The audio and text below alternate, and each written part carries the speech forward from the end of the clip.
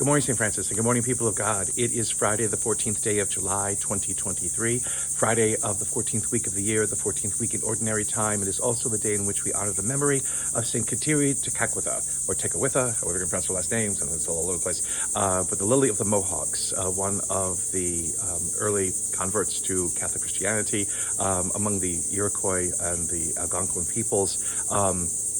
By the preaching of the Jesuits and everything like that.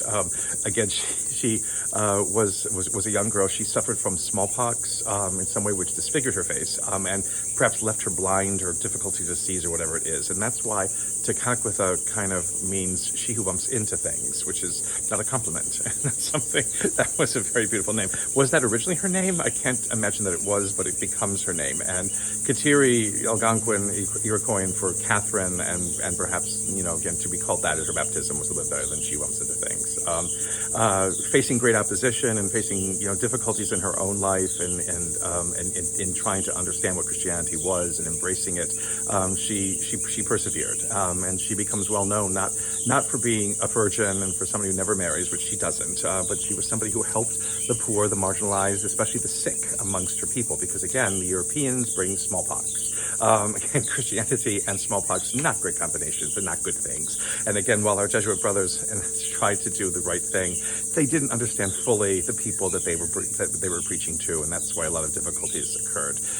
She succumbs to some sickness, and she dies very early at 26 or 27, but it is her perseverance and being able to see in the midst of all of the unraveling sometimes of her own culture that's being brought by these Europeans who are coming in perhaps with good intentions but not knowing what they were doing and messing up everything, that she finds faith, and she's able to use that faith and proclaim that faith to those around her by what she said and what she did.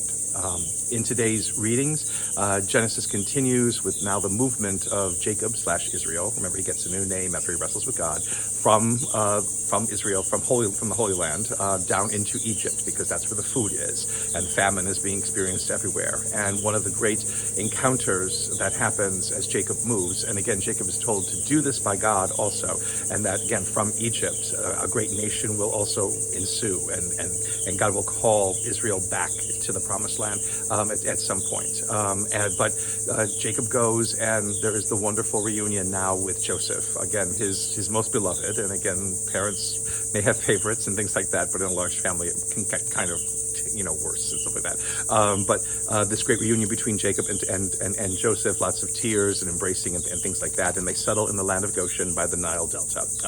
And that's where they will grow into becoming a great people and of help and support to Egypt until a new Pharaoh again comes, who perhaps was part of an invading migratory group of people who did not know anything of Joseph and basically saw these Israelites as a threat. And again, that's where now Moses will be called and the Exodus, and here God will call Israel back into the promised land.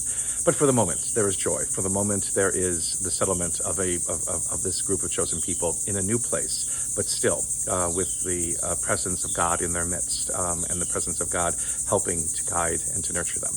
In the gospel today, we hear more of what Jesus instructs the apostles not only to do as they begin to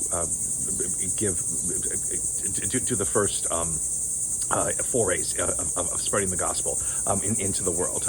He also tells them what they'll expect, and again, the ideas of opposition and people turning against them and, whatever.